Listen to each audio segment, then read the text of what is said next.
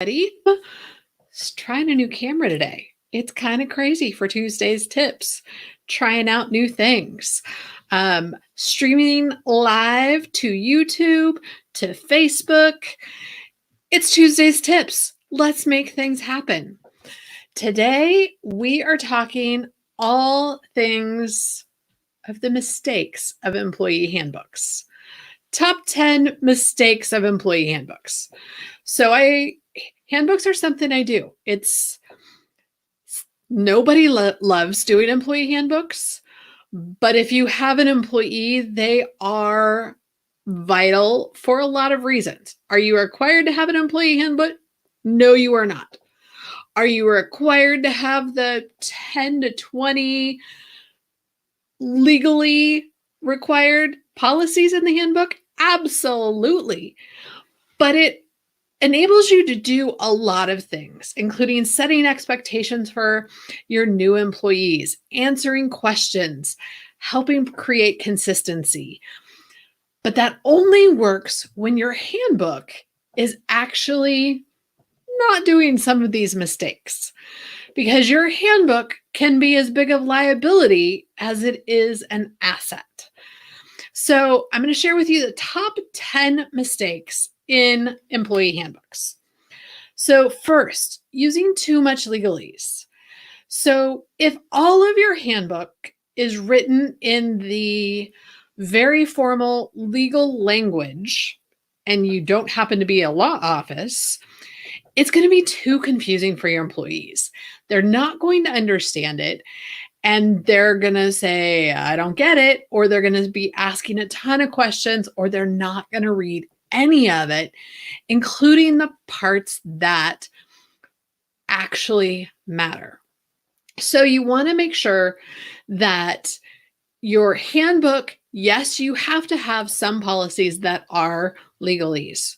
I know in some states there are specific wording requirements for policies. So you can't get around those. But all of your other stuff in your handbook does not need to be that formal, and thus that's how you talk in your organization. One of the biggest mistakes I see from employers, which is number 2 of our top 10 mistakes, is trying to create a policy for every behavior. Trying to create the don't do this, don't do this, don't do this, you're only allowed to do this, and the 27 steps that you have to do it because you had a horrible employee that took advantage, or you had a shyster that worked for you and made your life miserable, or you have a young population and they need a lot more training and you're trying to encompass it in one policy. We're going to talk about this in a couple more down, but trying to make a policy for every action just ends up with a ridiculously long handbook. Nobody reads, and it creates a lot of loopholes, which is another part that we're going to talk about in number 7. Number 3 of top 10 mistakes, copying an old handbook, or worse yet, copying a handbook from the internet, or copying a handbook from a friend, or any of those things. Employee handbooks are very employer specific. They are very detailed to your industry, your business, and how you do things. If you copy a handbook that does not have the policies that you need, or has things that you didn't intend, you've now created a huge liability for your company. In addition, if you have an old handbook that you just put a new cover on or spruce up this little piece, but don't really go through the process of updating it correctly, no one's going to read it, because you're talking in the 1980s language to people in 2021, and it's not applicable to how you run your business now. So super important, don't just copy and paste. Let's actually make a handbook that makes things happen in your business that applies to your business. Another mistake, it goes along with trying to legislate your behaviors. Number 4, excuse me, becoming too prescriptive in the language. So you're giving a list in the code of conduct of 27 things that employees cannot do. Okay, so now you have so many examples of what they can't do, of unwanted behavior. Your policy, what could be a code of conduct that is one page covering some broad spectrum code of conduct, now is 5 pages. Nobody's reading it. And again, we're going to talk about number 7. But number 4, being too prescriptive, creates those unintended loopholes. Number 5 is focusing on risk mitigation only.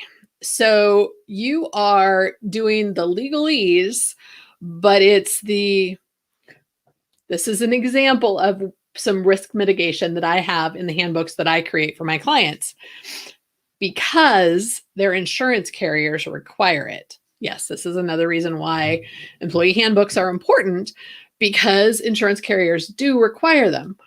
But with cell phone use, insurance carriers want to see in the employee handbook that employees are not allowed to drive and text or email on their phone.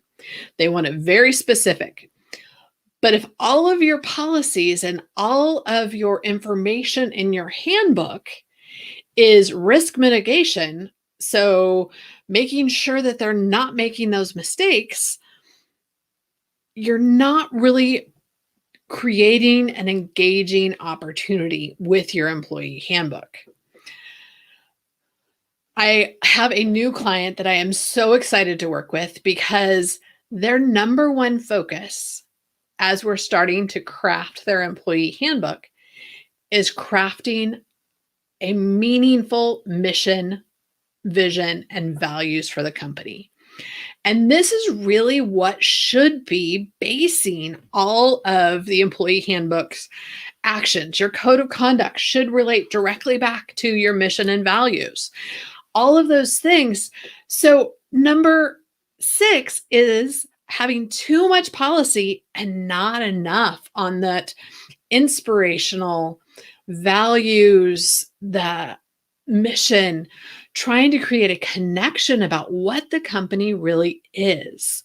So it's super important that you put that mission, put those values, put those things throughout the handbook so that your employees see that it is a foundation for the business, not just the policies that you need to protect your business.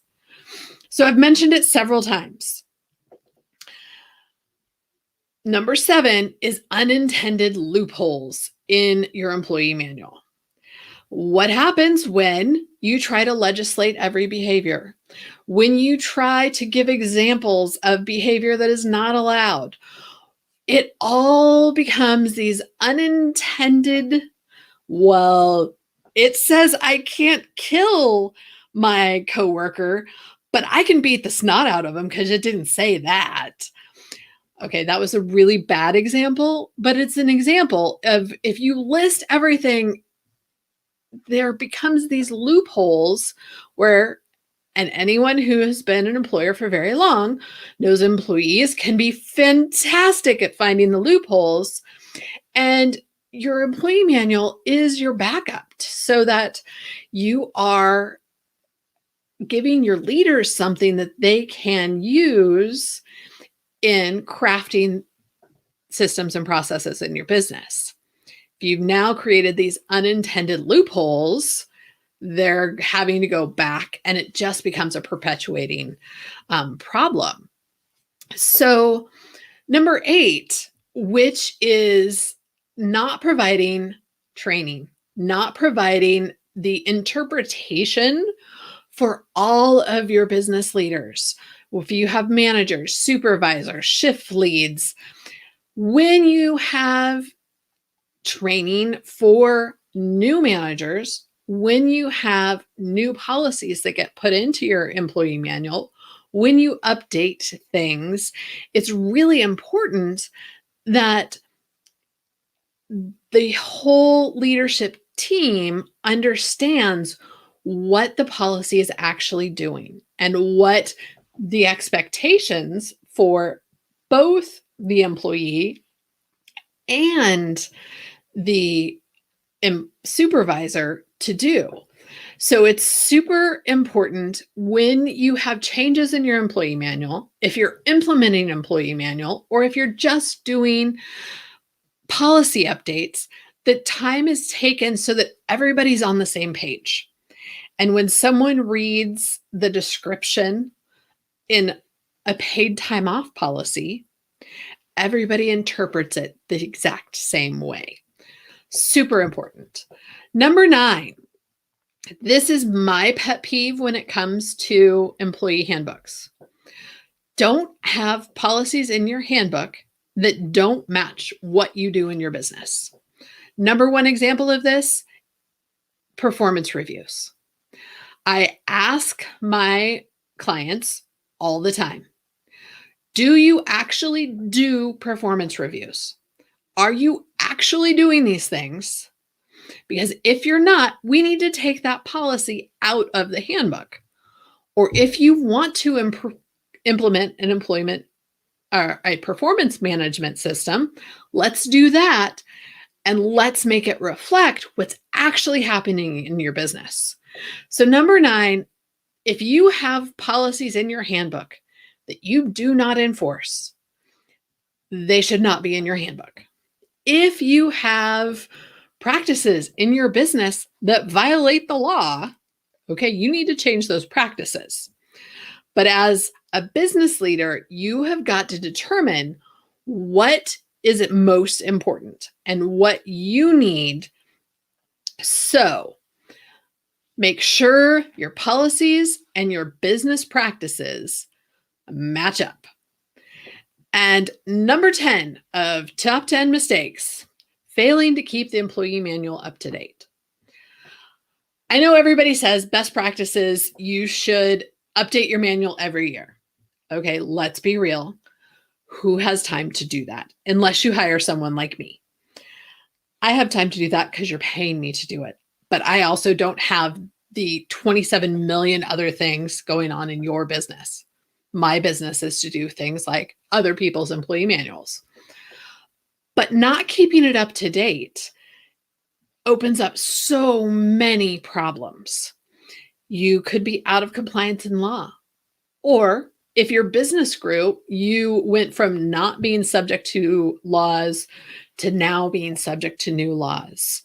I know in Oregon, which is where I am from, 2 years ago, we had a new, or I think it was last year, we had a new non-harassment policy with very specific language that had to be distributed to all existing employees, but also all new employees. If you have an old policy, you then are not in compliance. So best practices, yes, every year. Practical practices, at least every other year. If you go 3 years, you're really pushing your luck with what is actually going to be valid for your business still, but it's possible. So in the description, I have a link. If you want to talk about your employee handbook, if you want to say, okay, we have one, but I don't know, or want to know my resources, I'm happy to share what resources I have. You can schedule a 30-minute consultation and we'll talk about your employee handbook. But if you have a business and you have employees, though it's not required, you do need an employee handbook. Thank you so much. And if you haven't already, subscribe to my YouTube channel. If you're watching me on Facebook, go check it out at tanya.tube.